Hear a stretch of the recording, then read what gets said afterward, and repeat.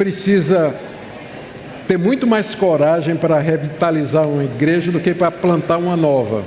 Pode ter certeza disso, é muito mais complicado. Mas vamos lá. Apesar de que vou mudar um pouquinho o tema, mas vai ser dentro do prometido. Vamos orar mais uma vez? Senhor Deus, nós te damos graças pelo que tu tens feito até agora entre nós. E nós pedimos a tua bênção sobre esses 2 workshops que estão acontecendo. Que eles sejam usados pelo Senhor para equipar o teu povo e nos ajudar, não somente na plantação de igrejas, mas também em revitalizar aquelas que perderam o seu primeiro amor. Ajuda-nos, ó Pai, em nome de Jesus. Amém. Queridos, na verdade o que eu vou falar aqui é sobre os princípios bíblicos para o crescimento da igreja que a gente encontra no livro de Atos e que necessariamente estão ligados à questão de plantação de igreja também. E eu queria começar falando um pouquinho a respeito do livro de Atos. O livro de Atos, ele não é um manual prescritivo de métodos missionários. Eu creio que seria equivocado a gente estudar o livro de Atos para procurar uma metodologia prescritiva para o crescimento da igreja. Atos é um relato histórico, teológico do agir soberano de Deus na expansão da igreja primitiva. Muito embora seja um livro histórico, é o único livro histórico do Novo Testamento, mas ele foi contado com um objetivo, ele foi escrito com um objetivo teológico. Lucas queria narrar como o Evangelho, começando em Jerusalém, chegou até os confins da terra, começa com Pentecostes e termina com Paulo preso em Roma por 2 anos. E, naturalmente, ele foi seletivo. Havia muita coisa para contar. Para começar, Lucas narra a história de apenas 2 apóstolos, os atos de 2 apóstolos, que são Pedro e Paulo. O livro é chamado Atos dos Apóstolos, que não reflete o conteúdo, porque são apenas 2 apóstolos que são biografados aqui. Portanto, já começa com a escolha desses 2, né? Então mostra que ele tem um interesse ao narrar a história, narrando apenas os atos de Pedro e os atos de Paulo. Além disso, ele certamente teria à sua disposição um vasto material, conforme ele diz no início do Evangelho de Lucas, porque antes era uma unidade, né? Lucas Atos era uma obra só. Então, no início do Evangelho, que é o início da obra toda, ele diz que fez uma pesquisa muito ampla, colheu muito material, e ele teve que fazer uma seleção, naturalmente, desse material. Nós não temos aqui uma biografia no sentido moderno, mas nós temos aqui uma história contada a partir de uma perspectiva teológica, de como Deus, através de Pedro e de Paulo, lançou os fundamentos da sua igreja e fez com que ela se desenvolvesse nas primeiras décadas do século I. Com isso mostrando que toda a glória é de Deus, mostrando ou autorizando a vida dos apóstolos, porque eles é que são responsáveis pelos escritos do Novo Testamento. Por isso, quando a gente lê o livro de Atos, a gente deve ler como história, mas como história teológica, ou como teologia histórica, porque o seu autor tem esse objetivo. Então a gente pode aprender. E a gente percebe que ele tem um propósito nas narrativas que ele faz, ou nos pequenos relatórios que ele dá a determinados espaços do avanço da igreja e do seu estado. Nós temos no livro de Atos, com certeza 9, provavelmente 10 ou 11 relatórios que Lucas dá do crescimento da igreja.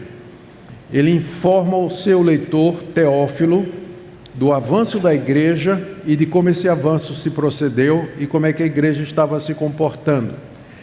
E esses pequenos resumos ou relatórios do crescimento da igreja, eles não são jogados assim à toa, mas Lucas aparentemente tem um método. Esses relatórios sempre vêm depois de um evento significativo, estabelecendo uma relação de causa e de efeito. Aconteceu isso, isso, isso e isso. Como resultado, a igreja crescia em números. Então, é sempre esse o padrão, que mostra que ele colocou esses relatórios em pontos específicos do livro de Atos para ligar o evento acontecido, narrado, à expansão da igreja. Com isso, querendo mostrar quais são os fatores que levaram a igreja ao crescimento e a cumprir aquilo que Jesus disse, que ela deveria se expandir até os confins da terra. Eu preciso saber quanto tempo eu tenho aqui para botar meu timer. Alguém me diga aí. Acabar às 5 da tarde, 6 da tarde, por aí. Tá bom. Por mim, vamos embora.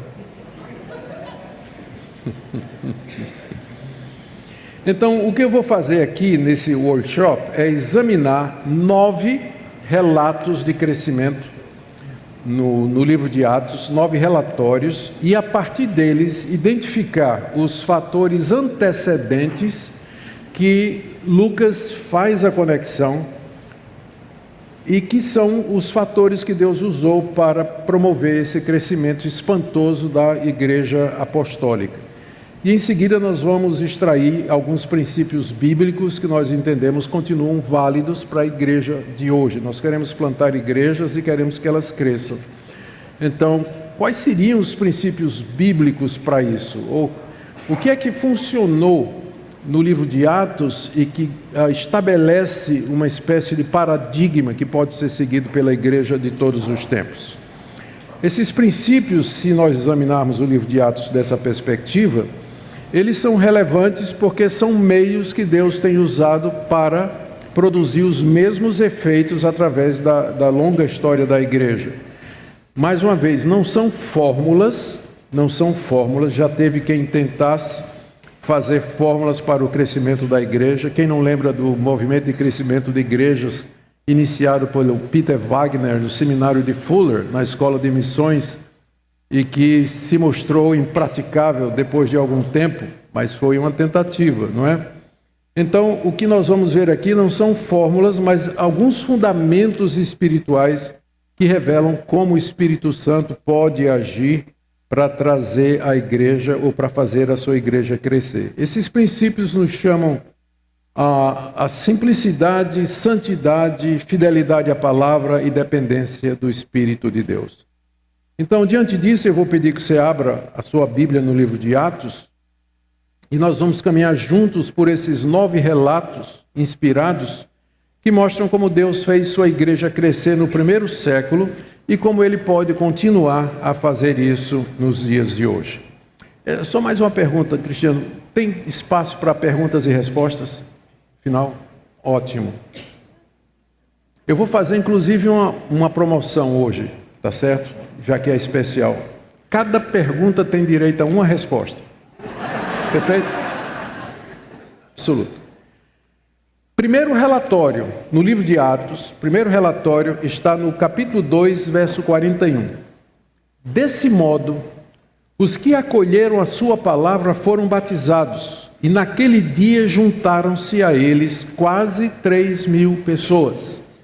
Então, é o primeiro relatório no livro de Atos do crescimento da igreja. Aqui, Lucas menciona pessoas que acolheram a pregação da palavra e que se juntaram aos que já havia, 120 irmãos, e no total, 3.000 pessoas. Então, vejam que números, eles podem não dizer tudo, mas eles dizem alguma coisa. Se os números não fossem importantes, Lucas não teria citado esse número aqui. Então, relatórios com números, eles podem não dizer tudo, mas eles dizem alguma coisa. E no caso aqui, dizem que o crescimento foi fenomenal, de 120 pessoas para 3.000. É um salto extraordinário. Aí nós perguntamos, o que é que fez isso? O que é que vem antes que provocou esse crescimento extraordinário?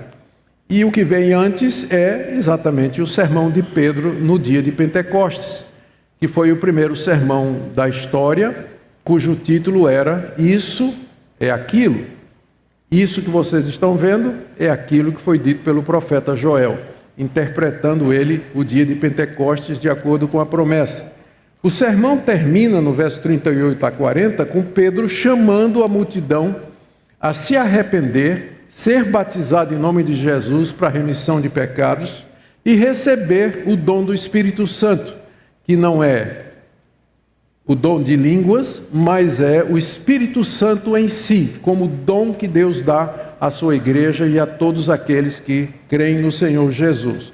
E Pedro então exorta a multidão, dizendo: salvem-se dessa geração perversa. E diz lá que ele fez isso com muitas outras palavras que não estão registradas aqui.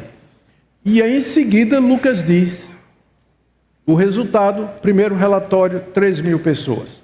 Então a conexão mostra que o crescimento, aquela explosão de membros se deu por causa da pregação fiel da palavra de Deus. O sermão de Pedro é uma interpretação de escrituras do Antigo Testamento que falavam a respeito do Messias com aplicação direta na pessoa de Cristo, a sua morte e a sua ressurreição. E tudo isso no poder do Espírito Santo que havia sido derramado fazia pouco tempo, fazia instantes que havia sido derramado. Então esse é o primeiro fator. Biblicamente falando, o crescimento da igreja está associado à fidelidade da pregação da palavra de Deus no poder do Espírito Santo. Onde isso acontece, a igreja tende a crescer de maneira saudável. Não vai produzir consumidores, mas discípulos, adoradores. Talvez não cresça com a mesma velocidade das igrejas que são apelativas e usam pragmaticamente de tudo quanto é de recursos para encher os seus templos, mas haverá um crescimento constante de pessoas que vêm por causa da palavra de Deus e vêm pelo motivo correto. Depois da pandemia, aconteceu um fenômeno que foi vivenciado em muitos lugares, tenho falado com muitos pastores, que é a chegada de pessoas, de seitas e de igrejas neopentecostais da teologia da libertação, da prosperidade, completamente frustradas, magoadas, mexidas, feridas, quebrantadas, indignadas, porque descobriram, porque não tinham a palavra de Deus, não eram alimentadas, viviam de promessas, jargões, propósitos, campanhas, e palavra de Deus não tinha nenhuma.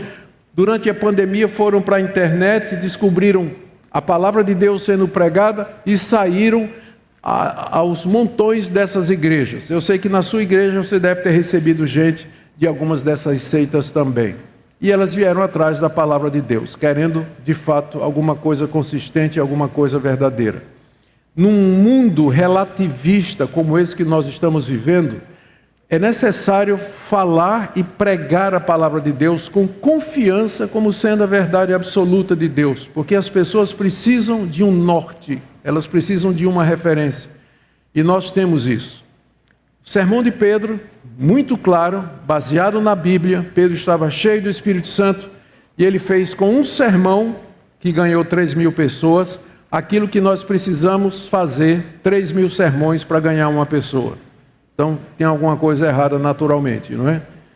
Então, primeiro fator de crescimento, plantação e crescimento é a fidelidade na palavra de Deus. Não há substituto. Drama não substitui, teatro não substitui, show não substitui, encenação não substitui, contar historinha não substitui, contar sua experiência não substitui. Você tem que expor a palavra de Deus, ensinar a palavra de Deus. Esse é o primeiro. O segundo relatório vem ainda no capítulo 2. Está no final do capítulo 2, quando Lucas diz assim, no verso 47, e o Senhor lhes acrescentava cada dia os que iam sendo salvos.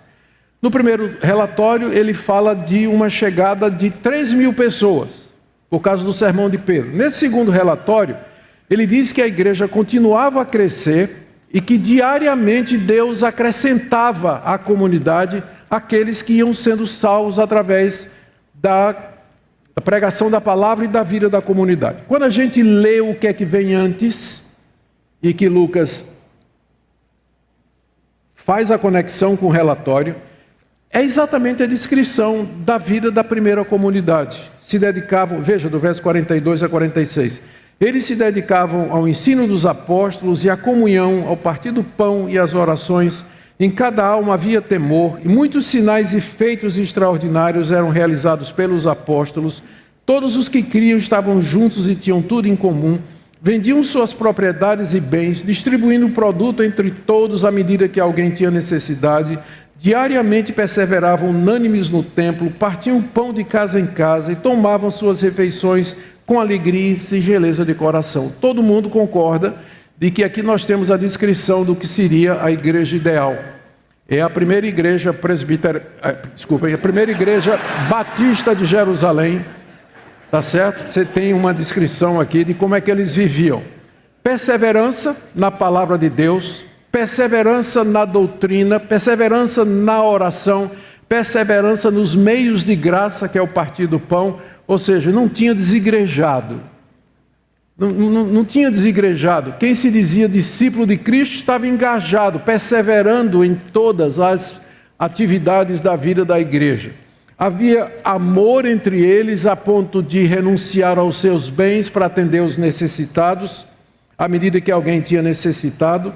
Perseveravam no templo em oração, partiam pão de casa em casa. Tem que lembrar, esse perseveravam unânime no templo é porque eles eram judeus. E o judeu, 3 vezes por dia, que morava em Jerusalém, 3 vezes por dia ele ia orar no templo ou voltado para o templo. E os primeiros cristãos, eles continuaram em muitas práticas do judaísmo, porque ser um bom cristão não significava ser um mau judeu. Então, eles continuaram a praticar muitos costumes judaicos, como, por exemplo, ir ao templo 3 vezes ao dia. E era lá que eles aproveitavam para se reunir, para orar, para serem edificados na palavra de Deus e para manter essa comunhão preciosa. Tomavam as refeições com alegria e singeleza de coração. Iam na casa uns dos outros, participando de uma refeição comum. Comer juntos no Antigo Oriente era um sinal de hospitalidade, de comunhão e de fraternidade, muito mais do que era no nosso mundo ocidental. Então, tudo isso aqui indica uma igreja cheia do Espírito, cheia de amor, cheia de alegria, que dava testemunho aos que estavam de fora, e o resultado não podia ser outro. O segundo relatório de Lucas, o Senhor lhes acrescentava a cada dia os que iam sendo salvos. Se nós tivermos igrejas assim, nós não precisamos fazer muita força. As pessoas serão atraídas a comunidades assim. Elas virão.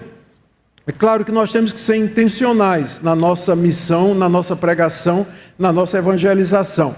Mas igrejas assim, especialmente numa época onde as igrejas têm uma má reputação por conta dos escândalos, mas uma igreja que vive uma vida de santidade, de comunhão, de renúncia, onde os membros são conhecidos pelo amor, uma igreja que persevera na doutrina bíblica, ela vai chamar a atenção. E as pessoas vão sendo trazidas, é o próprio Deus que vai trazendo as pessoas para essas comunidades. Então, primeiro princípio, pregação da palavra no poder do Espírito. Segundo princípio, comunidades cheias do Espírito de Deus, de amor, de renúncia, acolhedoras, para que as pessoas de fato sintam que estão na presença de pessoas de Deus. O próximo relatório está no capítulo 4, verso 4. Lucas escreveu assim: contudo, muitos dos que ouviram a palavra creram, e o número dos homens que creram aumentou para quase 5.000.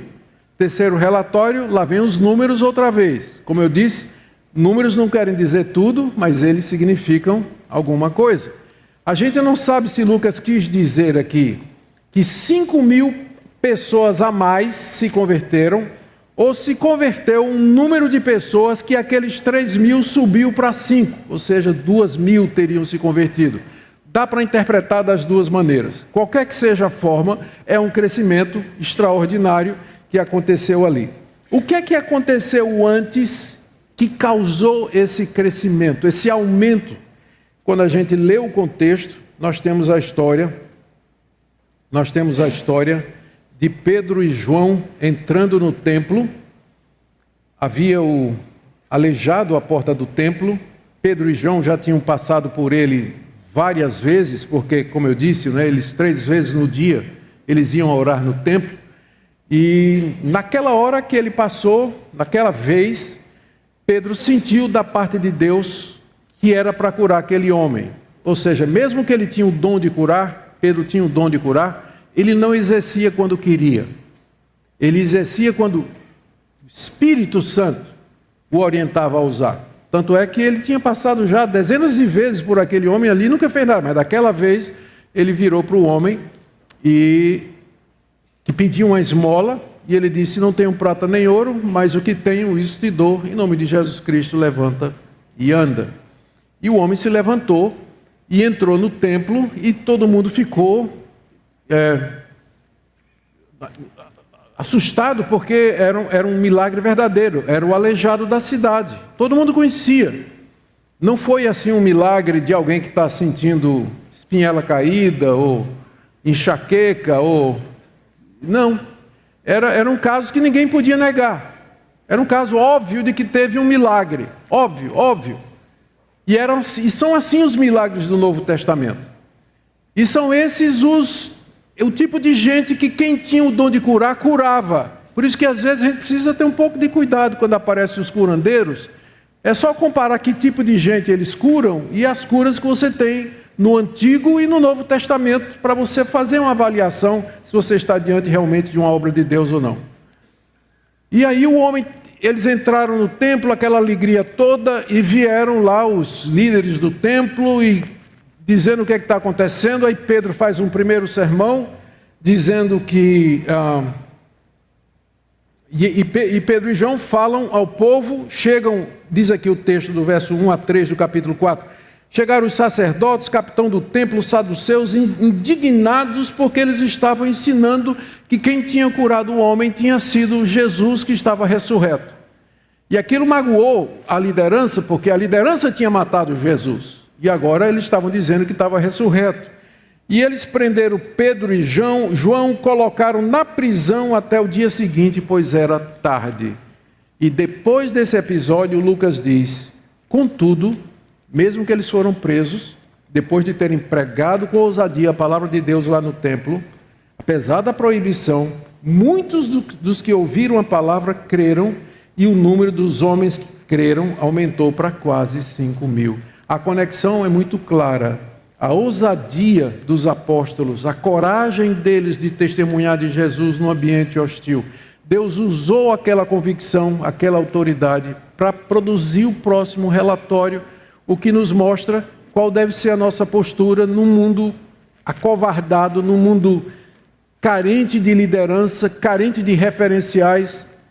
Cristãos, homens e mulheres, cheios de ousadia, que têm coragem e firmeza, que não comprometem a verdade de Deus, que não voltam atrás, apesar de nós estarmos sendo empurrados para fora da arena pública de debate sobre vários temas espinhosos e delicados. Nós perseveramos firmes anunciando a palavra de Deus. Deus vai usar uma geração corajosa para fazer a sua igreja crescer. Esse é o terceiro ponto aqui. Primeiro, pregação da palavra. Segundo, a comunidade saudável. Terceiro, ousadia, coragem para testemunhar. O quarto ponto é meio inusitado, porque o próximo relatório está no capítulo 5, verso 11. Deixa eu abrir uma água aqui enquanto vocês acham. Atos capítulo 5, verso 11. E Lucas diz o seguinte: e sobreveio grande temor a toda a igreja e a todos que ouviram a notícia desses acontecimentos. Pulei. É o 14. Cada vez mais agregava-se ao Senhor grande número de crentes, tanto de homens como de mulheres. A essa altura, Lucas parou de contar. Não dava mais para contar, né? Era muito. Ele só vai dizer agora: cada vez mais agregava-se ao Senhor grande número de crentes, e ele introduz tanto homens como mulheres. Isso aqui era importante porque a religião no mundo do Antigo Oriente era basicamente uma coisa de homens. Nas sinagogas, por exemplo, os homens participavam da adoração na nave central e tinha um primeiro andar, uma espécie de varanda, onde as mulheres ficavam assistindo os homens participarem da adoração. Mas aqui na igreja cristã, essa distinção foi completamente abolida.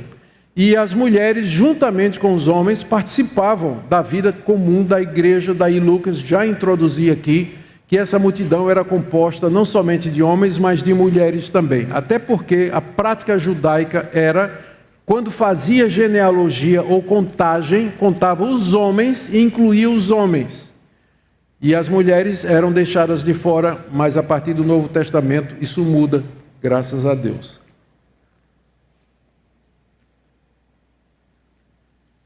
O que é que causou isso que Lucas diz no verso 14, que cada vez mais se agregava o número de homens e mulheres ao Senhor? A resposta está no capítulo 5, que é o capítulo que vem imediatamente antes. É a história de Ananias e Safira, não é? Todo mundo conhece. A necessidade tinha obrigado os cristãos que moravam em Jerusalém a vender suas propriedades para atender aquela multidão. Eu esqueci de contar uma coisa que talvez, se tivesse contado, ajudaria vocês a entenderem. No dia de Pentecostes, quando tudo isso começou, Jerusalém estava cheia de peregrinos. O judeu tinha a obrigação de 3 vezes ao ano ir a Jerusalém para as festas. E a Páscoa era a maior delas, seguida de Pentecostes. Páscoa tinha acabado de acontecer, agora a festa de Pentecostes.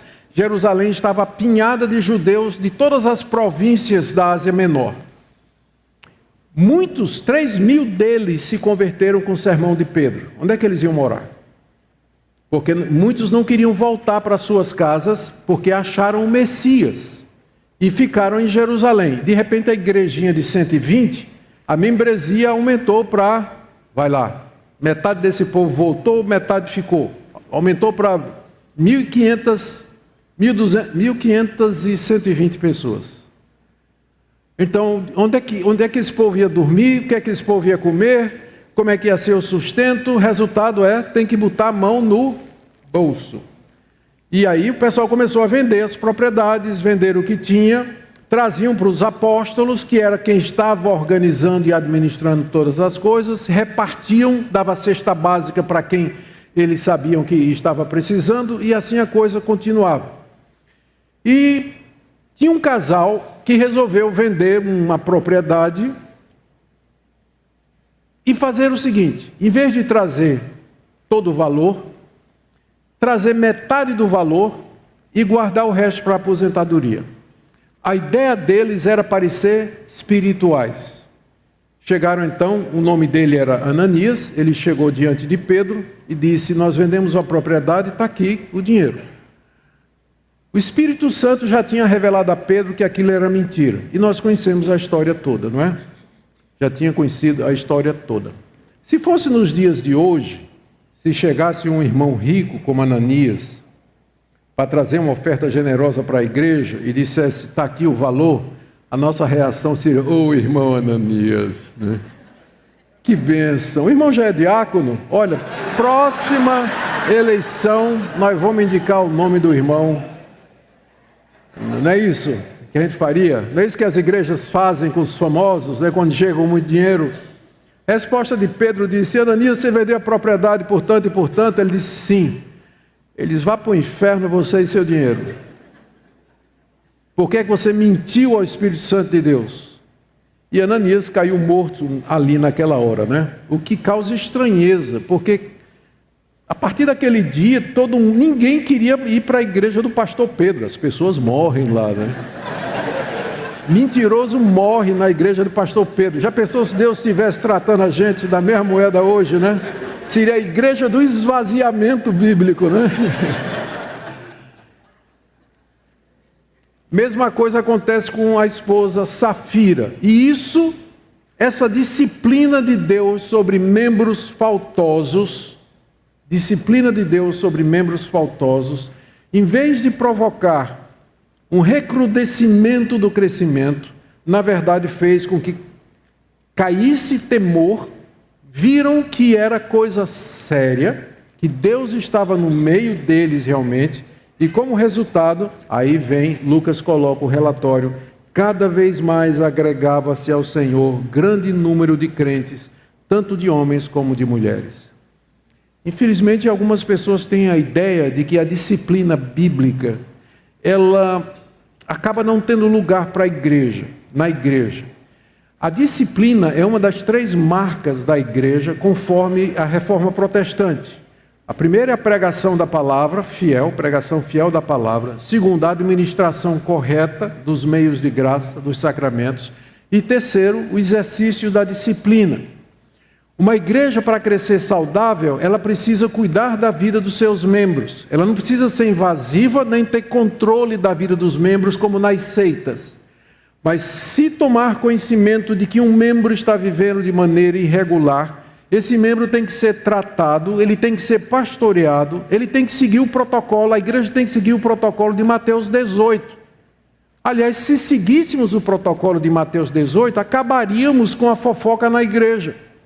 Se o teu irmão pecar, vai repreendê-lo entre ti e ele só, em vez de botar no zap, né? No grupo lá da igreja, fulano pecou. Não, está errado isso. Se você viu alguém pecar, sua obrigação é ir a ele, converse com ele, pergunte, é isso mesmo que você disse, é isso mesmo que você fez? Estou ouvindo isso, é verdade? Aí você está dando oportunidade para aquela pessoa, para dizer, não, não é verdade, não foi isso que aconteceu, ou então está dando oportunidade para a pessoa dizer, é verdade, eu pequei. Morreu o assunto, ninguém precisa saber, acabou, está ali, está morto. Se ele não ouvir, você vai levando um petit comitê, chama mais duas pessoas de reputação, pessoas honradas, reconhecidas pela igreja, aí chama a pessoa para uma segunda conversa. É uma segunda chance que você dá para a pessoa se arrepender. Se a pessoa se arrepender, você ganhou o seu irmão, palavras de Jesus em Mateus 18. Se a pessoa não ouvir, aí sim você vai dizer à igreja. Você vai levar o assunto para a igreja. Se for a igreja batista, para a assembleia. Se for para a igreja presbiteriana, para o conselho da igreja. E qualquer outra que tem um modelo diferente, para a autoridade correspondente. Aí você vai dar conhecimento à igreja.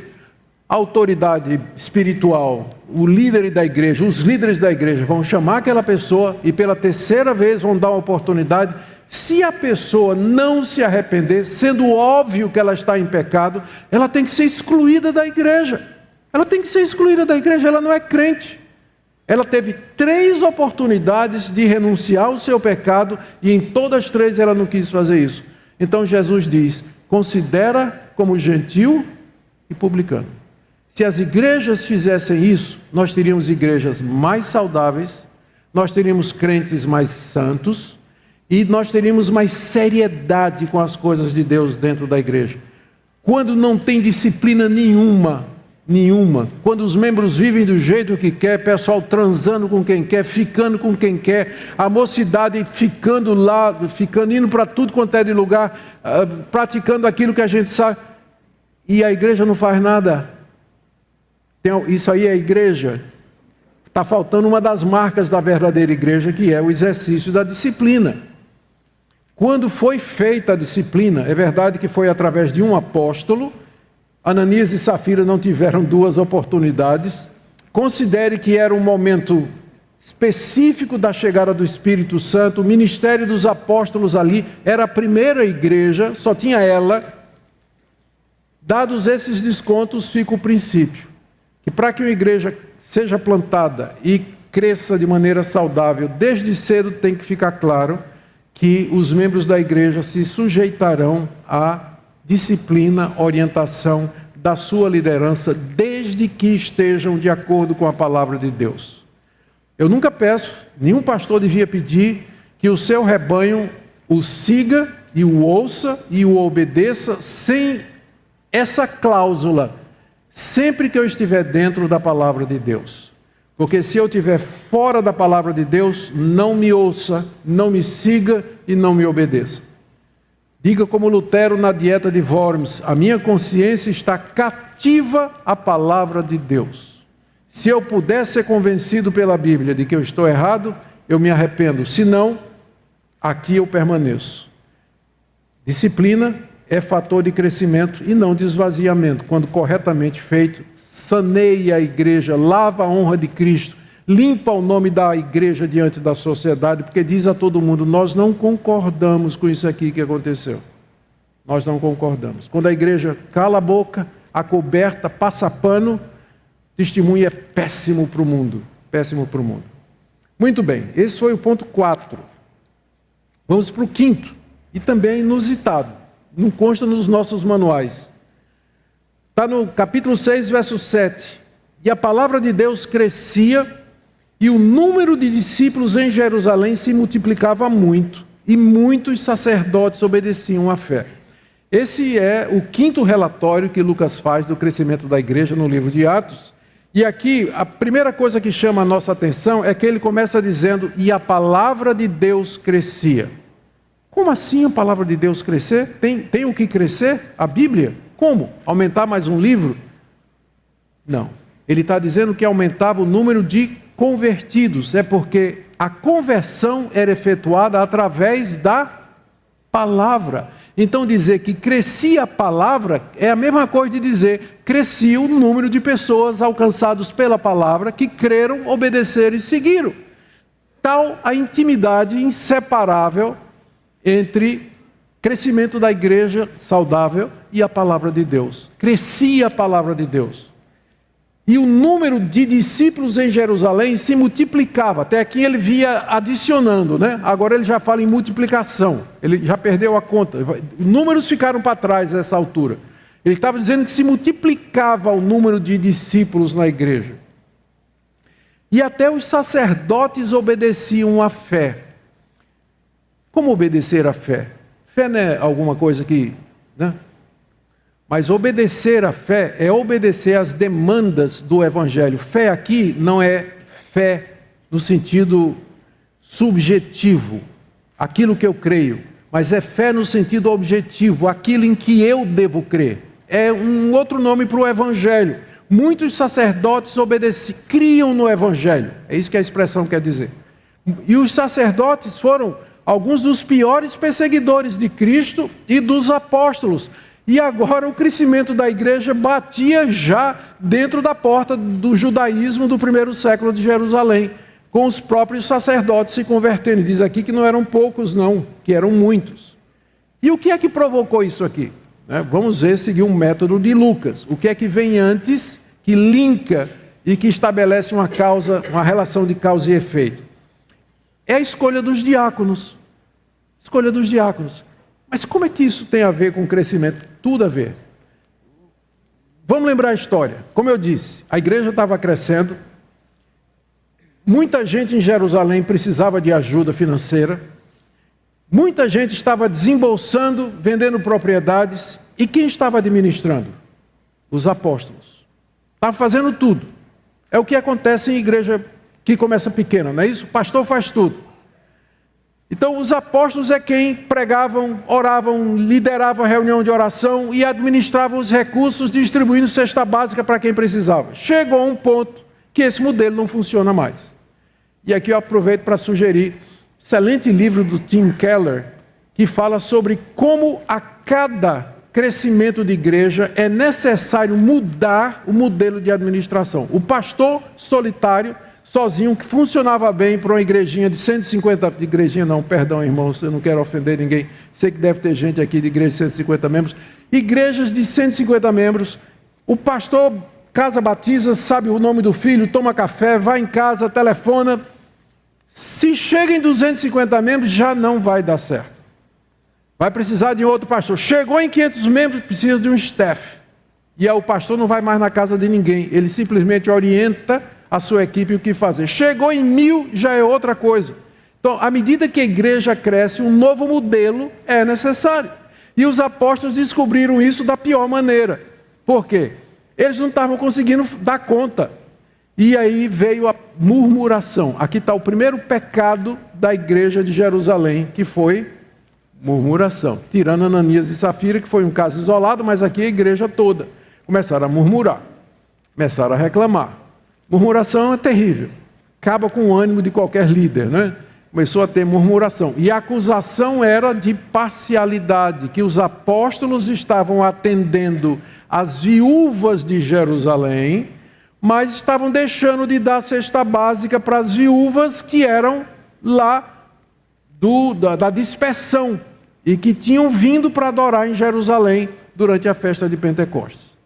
O que é que os apóstolos fizeram? Estou aqui lembrando o capítulo 6. Os apóstolos fizeram a coisa certa. Chamaram a assembleia, chamaram os irmãos e disseram: não é justo que nós sirvamos as mesas. Não é justo que nós sirvamos as mesas. Não é que não é importante, mas que no caso deles, eles tinham uma tarefa mais importante, que era pregar e orar. Então eles disseram: não é justo que a gente fique servindo as mesas. Escolham 7 homens de boa reputação, cheios do Espírito Santo e de sabedoria, para distribuir cesta básica naquela igreja. Você precisava ser cheio do Espírito Santo, viu? Para distribuir cesta básica, você precisava ser cheio do Espírito Santo. Escolham 7 homens cheios do Espírito, de sabedoria, de boa reputação. Por quê? Porque vai lidar com o dinheiro da igreja, tem que ter boa reputação, tem que ter transparência, tem que publicar quanto entrou, quanto saiu. Pastor não deve pegar em dinheiro. Pode ser que funcione quando tenha 100 membros. A partir daí, elege o tesoureiro, não queira ver o talão de cheque, não saiba nem quanto está na conta. A tentação é grande, especialmente dos que não têm a quem prestar conta. É difícil isso, chama de accountability em inglês. Eu não tenho uma palavra boa em português para isso. Mas tem pastores que não têm accountability. Não presta conta a ninguém. Não presta conta a ninguém. Está errado, irmãos. O mundo reclama disso. Reclama disso. Fala que a gente está interessado em dinheiro. Pastor só quer dinheiro, não presta conta a ninguém. Eu me lembro quando eu era pastor novo, tinha casado, nós fomos alugar um apartamento, a Minca e eu, não tínhamos dinheiro, naturalmente. Fomos alugar, tínhamos suficiente, mal tinha o suficiente para pagar o aluguel. E aí o dono do apartamento disse assim: o senhor tem fiador? Eu disse: não tenho fiador. O que o senhor faz? Eu digo: eu sou pastor. Ah, não tem problema nenhum não. Não precisa fiador não, meu irmão. Não precisa fiador não, fica tranquilo. Se eu hoje for alugar um apartamento e eu disser que eu sou pastor, eu posso levar o fiador que eu for, ninguém aluga para mim. Ninguém aluga.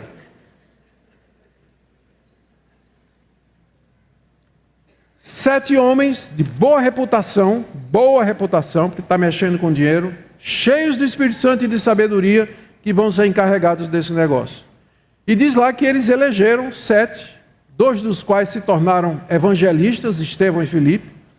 Elegeram os 7, todos eles gregos, a julgar pelo nome, exatamente para calar a boca do pessoal que poderia dizer que era mais puxando para o lado dos judeus. E terminada a descrição do ato de eleição e imposição de mãos dos apóstolos, desses 7 que foram empossados, que a gente acredita são os diáconos, né? Apesar do nome diácono não aparecer, mas o verbo servir, cuja raiz é a mesma palavra para a palavra diácono, aparece pelo menos 3 vezes aqui na passagem. Daí, o pessoal dizer que aqui são os diáconos. A partir disso aí, foi que Lucas escreveu que depois disso, verso 7, a palavra de Deus crescia, o número de discípulos em Jerusalém se multiplicava muito e muitos sacerdotes obedeciam à fé. O que é que eu quero dizer aqui? É que às vezes estratégias administrativas, elas podem salvar uma igreja. Precisamos de homens que tenham sabedoria para na hora de crise tomar a decisão certa. Especialmente igrejas em crescimento, implantações de igreja. Começar certo. Tomar a decisão correta, porque se você tomar uma decisão errada numa igreja que está começando, você não vai consertar isso nem tão cedo. Nem tão cedo. Não vai. Decisões administrativas, elas são tão espirituais quanto aquelas relacionadas com a vida dos membros e questão de doutrina. São sim.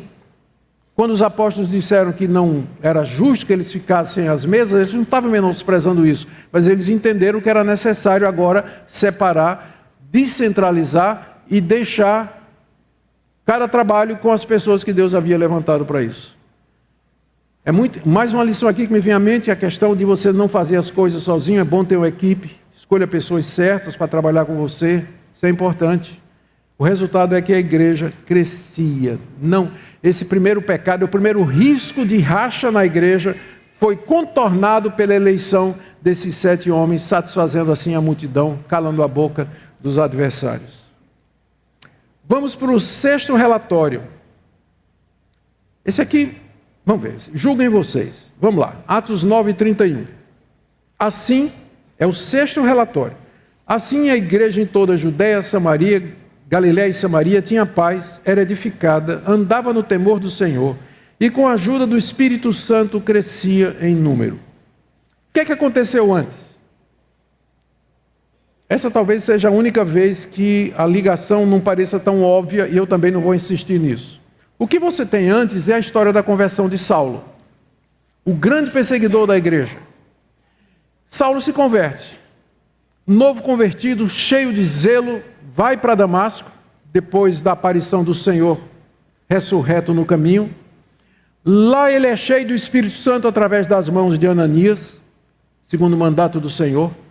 E ele começa a pregar imediatamente lá em Damasco, novo convertido. Não deu outra. Rapidinho os judeus de Damasco queriam matá-lo. Né? Novo convertido zeloso, que não tem muito tato, muito jeito, não sabe... Começou a pregar, a multidão queria linchá-lo. Aí os irmãos às pressas tiraram lá o encrenqueiro, o apóstolo Paulo, e levaram para Jerusalém.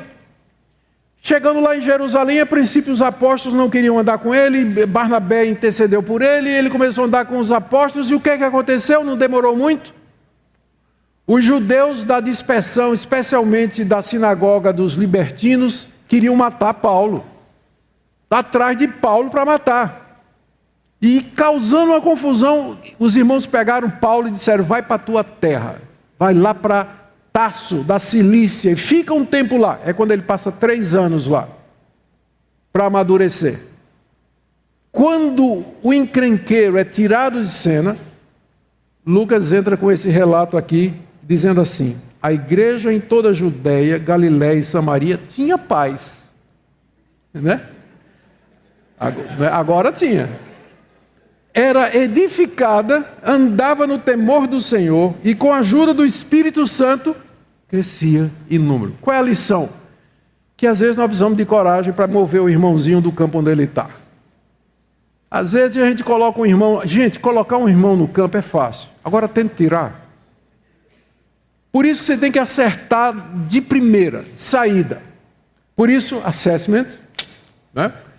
Uma série de pesquisas, levantamento da vida do irmão, histórico, experiência. Porque mudar um obreiro, às vezes, pode ser a salvação do trabalho. Às vezes a gente não quer mudar. Tem uma série de fatores que estão relacionados com isso. Mas a permanência dele no trabalho, no campo, é ruim para ele, para a família dele e para a igreja. E no longo prazo pode danificar seriamente aquela plantação naquele lugar ali. Então, às vezes, precisa de coragem, precisa de sabedoria, discernimento, para a própria igreja, ou então quem está responsável pela plantação, chegar para o irmão e oferecer uma saída honrosa. Honrar o irmão, dar uma saída que seja justa, oportunidade para que ele recomece em outro lugar, talvez fazer um tratamento e assim por diante. Mas isso é importante. Nós não podemos, é verdade que nós não podemos sacrificar as pessoas em nome do trabalho. Mas às vezes é necessário mudar as pessoas por conta do trabalho.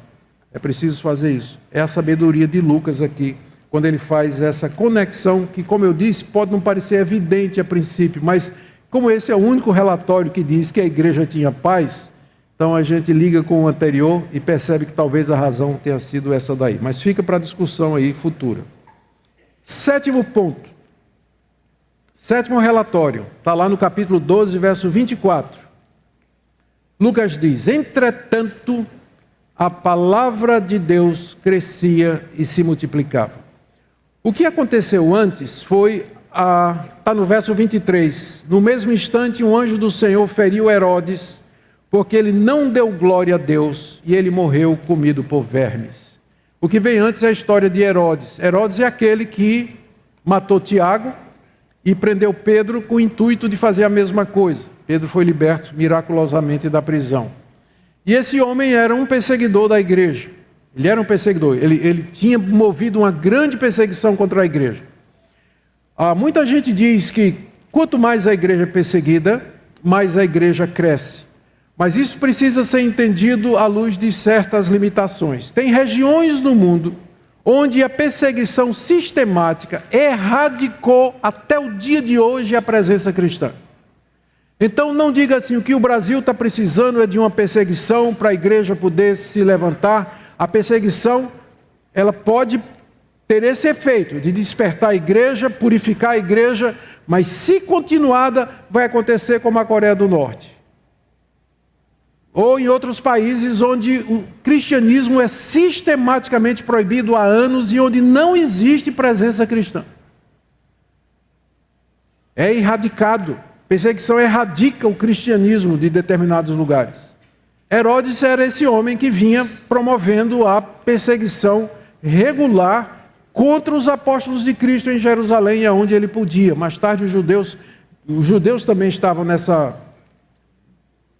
nesse movimento também, e só mais adiante, quando o Império Romano descobre que o cristianismo é diferente do judaísmo, é que vai começar as perseguições oficiais, que vão até o século IV. 10 perseguições oficiais do Império Romano até Constantino. Quando Deus fere Herodes, então, o resultado é o relatório do verso 24. Entretanto, apesar daquela morte, apesar do temor que aquilo poderia ter causado a todo mundo e a todos, a palavra de Deus crescia e se multiplicava. Aqui a igreja não teve nada com isso. Aqui não houve um complô para matar Herodes, já que ele era inimigo da igreja. Não. Deus tomou conta da situação. E no tempo dele, Herodes morreu fulminado. Eu não posso colocar isso aqui como um princípio que tem a ver com algo que a gente possa fazer, mas eu posso dizer que através da história da igreja, Deus, em momentos críticos, Ele tem intervido, Ele tem feito com que Ele tem promovido grandes livramentos para a sua igreja, e a gente pode contar com isso. Quando a gente está plantando igreja, especialmente em ambiente hostil, que o nosso Deus reina sobre as nações e que Ele tem autoridade sobre todos os governantes. E isso permite, Ele nos dá os tempos de refrigério necessários para que a sua igreja cresça. Oitavo ponto, estamos chegando no final. Oitavo relatório, está no verso 5. Assim, Atos 16, verso 5. Aqui nós já saímos do ministério de Pedro, aí estamos entrando no ministério de Paulo. Assim, as igrejas eram fortalecidas na fé, e dia a dia aumentavam em número. Quer dizer, não parava de crescer. Pensa numa igreja que não é à toa que em menos de 400 anos se tornou a religião predominante do Império Romano. Numa época que não tinha internet, rede social, inteligência artificial, absolutamente nada disso. Somente testemunho, vida, comunidade, voluntários pregando o evangelho de cidade em cidade, dominou o mundo antes do século IV. As igrejas, verso 5 do capítulo 16, as igrejas eram fortalecidas na fé e dia a dia aumentavam em número. O que é que aconteceu antes disso? O famoso Concílio de Jerusalém, que foi o segundo grande desafio da igreja, potencial suficiente para rachar a igreja no meio. A grande questão é o seguinte, como eu já disse, a igreja, no seu início, era formada por judeus que se converteram a Cristo, crendo que Ele era o Messias, o Filho de Deus, o Salvador do mundo, mas que perseveravam em guardar a prática judaica, especialmente os 3 distintivos do judaísmo do século I: circuncisão, dieta e calendário. Eram os 3 distintivos. Então, se tornou cristão, mas circuncidava os filhos, ia para as 3 festas, ia para o templo orar, fazia votos de acordo com o sistema levítico e não comia outra coisa a não ser aquela comida que era autorizada no livro de Levítico, aqueles animais limpos. Então, muitos judeus cristãos eram assim. E aí surgiu um problema. Os gentios não praticavam nada disso e o evangelho estava crescendo no meio dos gentios, pelo ministério do apóstolo Paulo. Inclusive, houve uma repartição de ministérios lá em Antioquia, lá em Jerusalém, quando Paulo esteve lá, juntamente com Timóteo, com Tito e Timóteo, aliás, os 2. Bom, ele esteve lá, se encontrou com Pedro e os demais apóstolos, e eles fizeram uma repartição, dividiram o trabalho missionário, né? Pedro disse que ia ficar com o evangelho da circuncisão, ou seja, o evangelho para ser pregado entre os judeus, e Paulo ficaria com o evangelho da incircuncisão, ou seja, ele iria, é o mesmo evangelho, só muda a audiência. Ele iria pregar a todas as nações.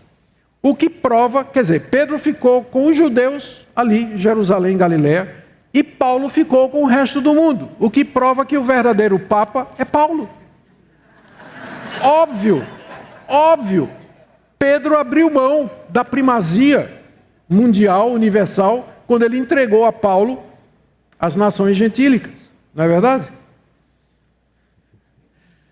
Perdão, o meu senso de humor com relação a... Resultado.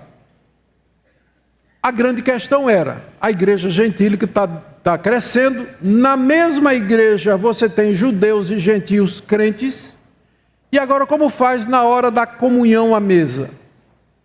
Porque o gentio vai comer cabidela, buchada de bode, dobradinha, chambaril, né, galinha cabidela, o judeu não comia. Agora como é que eles iam sentar na mesma mesa? E aí então...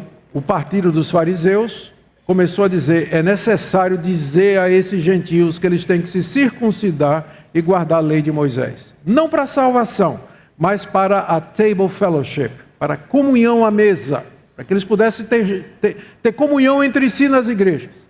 E aí a briga começou, porque Paulo diz, não tem que fazer isso não, porque essas coisas judaicas é para quem é judeu, para gentio não tem nada disso. Isso aí é coisa para a nação de Israel, o judeu não tem nada a ver com isso aí. Por isso que eu acho muito estranho quando hoje evangélicos, em plena época do Espírito, da graça, eles, pastor botando quipá, entrando com a arca da aliança dentro do templo, com o menorá, o candelabro de 7 braços, e em vez de dizer Jesus é Yeshua Hamashia, e por aí. Gente, sério...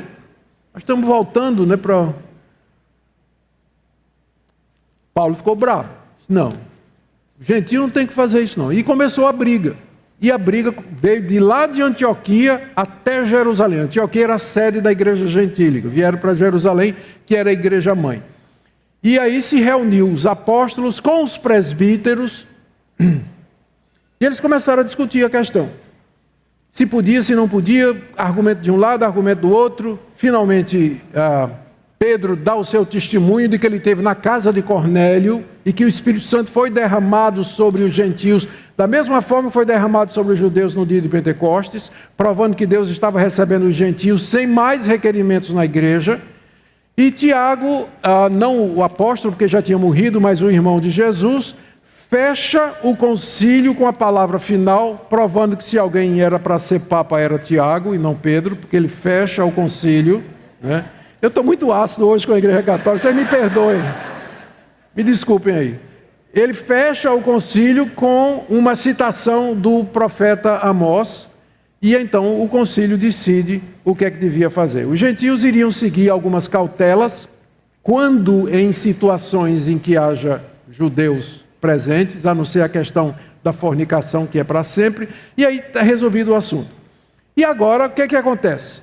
Sai Paulo, Silas e mais outro irmão com o documento da decisão do concílio, sai visitando as igrejas e dizendo: isso aqui foi decidido lá em Jerusalém. É isso aqui que nós vamos seguir. É essa aqui a doutrina que nós vamos seguir. E o resultado, então, é o verso 5 do capítulo 16. As igrejas, eu vou ler primeiro Atos 16, verso 4. Nas cidades por onde passavam, entregavam as decisões tomadas pelos apóstolos e presbíteros em Jerusalém para que fossem obedecidas. E aí, as igrejas eram fortalecidas na fé e dia a dia aumentavam em número. Doutrina pode dividir um movimento que parece começar bem. Você vai encontrar questões doutrinárias na igreja que você está plantando, ou na igreja que você está pastoreando. Você vai encontrar questões doutrinárias. Não adianta você fazer a pose do avestruz, enfiar a cabeça na terra como se nada tivesse acontecendo, porque o problema não vai embora. Porque pessoas que estão convencidas, é muito sério. E a man convinced against his will is of the same opinion still. Uma pessoa convencida contra a sua vontade, ela ainda tem a mesma opinião anterior. Então você tem que lidar com o assunto, você tem que resolver o assunto, você tem que argumentar, você tem que provar biblicamente. E uma vez recebido isso, as igrejas têm que seguir, têm que ser obedecidas. O que acontece às vezes é que um movimento se fragmenta a ponto dele perder a unidade, exatamente porque as pessoas não querem encarar as questões difíceis e críticas teológicas que acontecem em toda igreja. Temos que enfrentar. Por isso que é bom você estudar. Por isso que é bom você se aprofundar. Por isso que é bom você esquecer esse negócio, a letra mata e o espírito vivifica. Interpretação capenga da palavra de Deus. Quando eles trouxeram as decisões, então, a igreja obedeceu, viram que estava correto, e diz aí Lucas que dia a dia eram fortalecidas na fé e dia a dia aumentava em número. O último relatório que eu encontro no livro de Atos, em Atos 19, verso 20, quando Paulo diz, aliás, Lucas diz: assim a palavra do Senhor crescia e prevalecia com poder. Mais uma vez, ele junta a palavra com conversão. O número de convertidos crescia, em vez de dizer isso, ele diz: a palavra do Senhor crescia. Porque as duas coisas estão ligadas, não é? Fato anterior, Paulo em Éfeso. Eu não vou demorar muito aqui. Paulo esteve em Éfeso, pregou o evangelho a 12 discípulos de João Batista, eles receberam o Espírito Santo, falaram em línguas, profetizaram, provando que Deus estava recebendo aquela categoria de pessoas na sua igreja. Começou um grande avivamento na cidade de Éfeso, é o único lugar no Novo Testamento onde é dito que Deus, pelas mãos de Paulo, fazia milagres extraordinários. Essa expressão, milagres extraordinários, só aparece uma vez e foi no ministério de Paulo em Éfeso. Um grande avivamento espiritual aconteceu ali. E a ponto de que muita gente em Éfeso veio à frente para queimar livros de feitiçaria em praça pública, que davam um montante de milhares de dólares hoje. A arqueologia descobriu, em 1950, nas areias de Nag Hammadi, uma cidade do norte do Egito, uma biblioteca gnóstica datando do século II, onde tinha documentos escritos no grego koiné. Aliás, foi essa descoberta que revolucionou o nosso entendimento da língua grega do Novo Testamento. Entre os documentos encontrados, havia muitas correspondências pessoais, tratados e acordos e as famosas poções de encantamentos de Éfeso. E foi aí que se descobriu que em Éfeso tinha uma escola de bruxas. A gente já sabia, né? Porque a gente não sabia, mas sabia, porque lá em Éfeso muita gente veio à frente queimar livros de artes mágicas. E agora a arqueologia confirma, lá tinha uma escola de bruxas famosa pelas poções. Traga seu amor de volta, como melhorar no emprego. Tudo isso lá tinha na escola de bruxaria de Éfeso. E o poder do Espírito Santo pelo ministério de Paulo foi tão grande que as trevas recuaram. As trevas recuaram. E o capítulo termina dizendo: assim a palavra do Senhor. Sim, aí teve o episódio da tentativa de expulsão de demônio, que fracassou, E aí veio pelos falsos profetas, né? E aí a palavra do Senhor crescia e prevalecia em poder. Qual é o princípio? É o poder do Espírito Santo mesmo. Nós estamos numa luta, plantação de igrejas, salvação de vidas, é um combate espiritual. Nossa luta não é contra a carne, não é contra o sangue. E nós precisamos estar equipados do poder de Deus, vestidos da armadura de Deus. Não podemos esquecer da dimensão espiritual do que nós estamos fazendo. Às vezes é possível que nós nos concentremos tanto em estratégia, em números, em métodos. Não tem nada errado com isso, nós já vimos que isso é necessário. É bom fazer essas coisas, mas nunca esquecer o caráter espiritual da tarefa na qual nós estamos envolvidos. Porque é somente pelo poder do Espírito Santo que o poder das trevas haverá de retroceder e a igreja vai crescer. Termino com algumas aplicações práticas para nós hoje. O que é que a gente pode aprender desses 9 relatórios no livro de Atos ligados a eventos em momentos críticos da vida da igreja? Primeiro, priorize a pregação bíblica expositiva. Segundo, cultive uma vida comunitária autêntica. Terceiro, esteja disposto a sofrer por Cristo. Quarto, exerça a disciplina bíblica com amor. Quinto, organize-se com sabedoria e delegue bem. 7, confie na soberania de Deus sobre as nações. 8, ensine doutrina sólida e promova unidade eclesiástica. E por último, prepare-se para o confronto espiritual que certamente vai encontrar. Amém? Vamos orar. Obrigado, Senhor, pela igreja apostólica. Agradecemos pelos nossos primeiros pais. Agradecemos aquela igreja poderosa que sacudiu o Império Romano. E nós pedimos perdão pela fraqueza da igreja evangélica no mundo de hoje. Estamos divididos, mal falados, blasfemados, perseguidos. Ó Deus, aviva-nos, derrama Teu Espírito poderosamente sobre o nosso país, sobre o nosso Brasil, para que nós vejamos igrejas desse porte. Abençoa o ministério de Atos 29, que quer exatamente isso.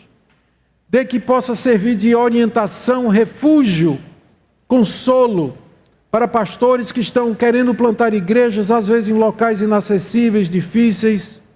Nós oramos, ó Deus, que pela Tua graça e pelo Teu amor, e com o guia do Teu Espírito, pela Escritura, nós possamos plantar igrejas, fazê-las crescer, ou vê-las crescer, no poder do Teu Espírito Santo.